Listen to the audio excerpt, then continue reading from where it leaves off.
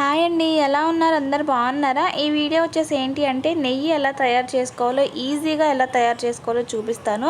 పెద్ద కష్టపడాల్సిన అవసరం ఏమీ లేదనమాట. చాలామంది కష్టపడుతూ ఉంటారు. అసలు అదేమీ లేకుండా చాలా సింపుల్ ప్రాసెస్లో నేనైతే మీకు చూపిస్తాను.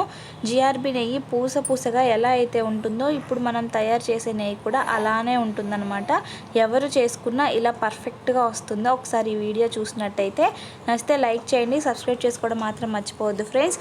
ఇంట్లో ప్రతి ఒక్కళ్ళు, చిన్నపిల్లలు ఉన్న ప్రతి ఒక్కళ్ళు ఇలా నెయ్యి అయితే తయారు చేసుకోవాలి. చిన్నపిల్లలకి నెయ్యి పెట్టడం వల్ల హెల్త్కి చాలా మంచిది. అలా అని ఓవర్గా పెట్టకూడదు. డైలీ ఒక 1 స్పూన్ అలా తినేటప్పుడు ఒక 1 స్పూన్ వేస్తే చాలా అంటే చాలా మంచిది పిల్లలకి. ఆయిల్ యూస్ చేయకూడదు అనమాట చిన్నపిల్లలకి. ఆయిల్ బదులు ఇలా నెయ్యి యూస్ చేస్తే హెల్త్కి మంచిది.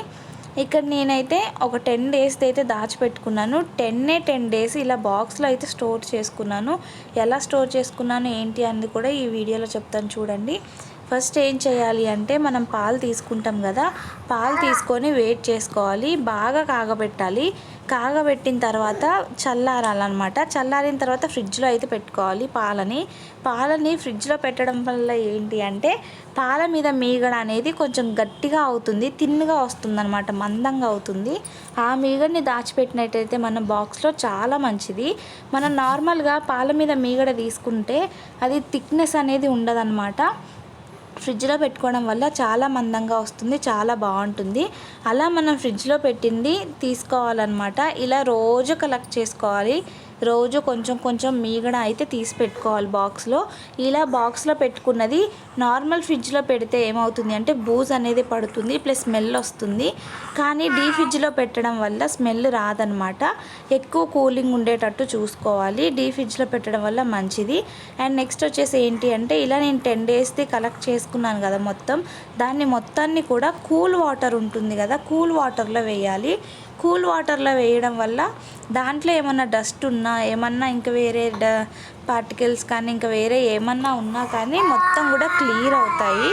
క్లీన్గా ఉంటుంది, నీట్గా ఉంటుంది అనమాట. అలా కడుక్కోవడం వల్ల కడిగిన తర్వాత ఒక 2 టైమ్స్ కడుక్కోవాలి. కడిగిన తర్వాత నేను మిక్సీ జార్లో వేసుకున్నాను. మిక్సీ జార్లో వేసి మెత్తగా మిక్సీ పట్టుకోవాలి. మనం జస్ట్ నార్మల్గా ఇలా తిప్పితే సరిపోతుంది. మనం ఏం వాటర్ యాడ్ చేయాల్సిన అవసరం లేదు, ముద్దలాగా వస్తుంది. దాన్ని మొత్తాన్ని తీసుకెళ్ళి మీరు పాతది ఏమన్నా ఉంటే కళాయి కానీ, లేక మీ దగ్గర ఏదైనా పాత బౌల్ ఉంటే పాత దాంట్లోనే చేసుకోండి. అది కూడా ఐరన్ దాంట్లో చేసుకుంటే చాలా మంచిది.